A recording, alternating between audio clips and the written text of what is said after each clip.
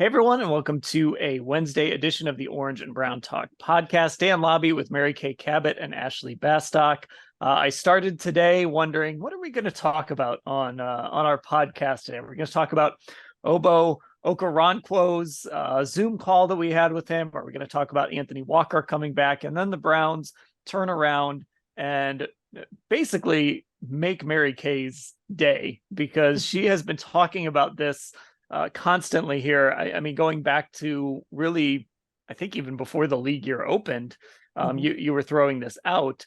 The Browns make a trade for Elijah Moore. They give up their second round pick. They get a third round pick back. So they don't actually, they just moved down, basically, is what they did. They didn't lose the draft pick. They just moved it down a little bit. But Mary Kay, Elijah Moore, I can't figure out why anybody wouldn't like this trade. I'm sure you can't either. Tell us why you originally thought this was a good idea, and why you think this is a good trade now.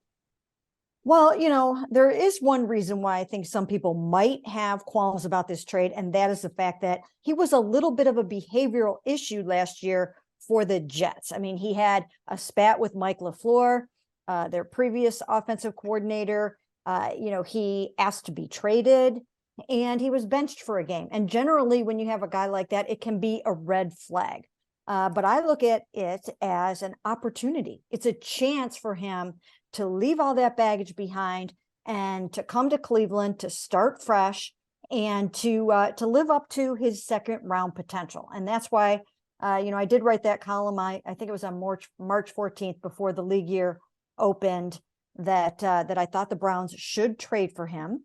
One of the reasons why I was inspired to write it is because I remember last year at the trade deadline, someone telling me that the Browns tried to trade for him. Even though the Jets denied his request, they still tossed their hat in the ring. And generally, when Andrew Berry sinks his teeth into a player, he doesn't usually let go until he ends up with that player one way or the other. So, it seemed that it was going to be a good fit and a good move. Now, having said that, I was told this time around by a few people, he's probably not really on the radar, not hearing much about, I just wasn't getting the vibe that it was really going to end up actually happening. But I kept having it in the back of my mind, thinking it's absolutely perfect. He's making $1.4 million this year. He's making 1.8 something next year. What a bargain to get him at that price, instead of going out and spending double-digit millions on an Odell Beckham Jr. or giving up a good player along with number 42 for Jerry Jeudy of the Broncos, whom they were also talking to. So there's many, many reasons to like this move. And I think it's going to work out really well for them.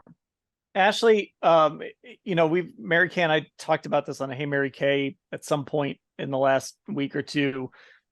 At number 42, are you really going to get a player better than Elijah Moore? And then when you factor in what Mary Kay just said, the fact that he doesn't cost money, he's still on that rookie contract. It's second round rookie contract. I mean, it just makes sense to say, yes, we'll use our 42nd pick for this player who has produced in the league. Obviously, there's still more there. He still has to prove it a little bit, but he has produced, and you kind of know what you're getting in him. I think this is, somebody tweeted us, and they tweeted out a Jordan Peele gif, the Jordan Peele sweating gif, and they said, this is Dan trying to not say the Browns won the offseason. I'm not going to say that the Browns won the offseason, but this move, it just feels like a home run, and like this was the logical next step in this offseason.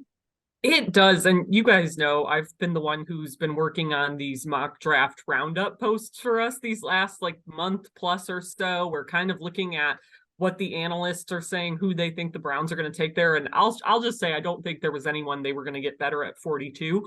The name that kept coming up in these mock drafts repeatedly was starting to make me, I was feeling gaslit a little bit here, because Mazi Smith kept coming up. And I'm like, there's just simply no way the Browns are going to be able to get Mozzie Smith at 42. He's just not going to be there. He's probably going to end up going at the end of the first round at this point, even though he's a player, I think, who is really good. He doesn't help you address that need either. Obviously, he'd be another boost for your defensive line. But you look at some of these receiver names that will be being thrown around, like Joshua Downs from North Carolina. It's like, okay, like his numbers weren't eye-popping, but he does have that speed.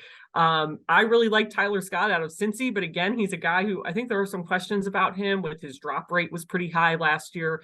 And I think it's just asking a lot to rely on a rookie receiver for a very big role that this offense is missing. I mean, I think the value you get for Elijah Moore, plus there's proven production, plus there's the ability to now put him in a new situation where maybe some of those behavioral questions that people have about him, if they're questioning the trade, like he's coming to, I think, an offense that really needs what he does. And maybe he didn't feel like that with the Jets. And if they're bringing in all these other receivers because they're going to get Aaron Rodgers, like he was probably only going to get more disgruntled. So I think coming into a new situation, he's going to, have that advantage for his own game and show off what he can do. And the Browns are getting some value and some talent that they just weren't going to find at 42 this year, I don't think. So, Mary Kay, the timing of this was really interesting.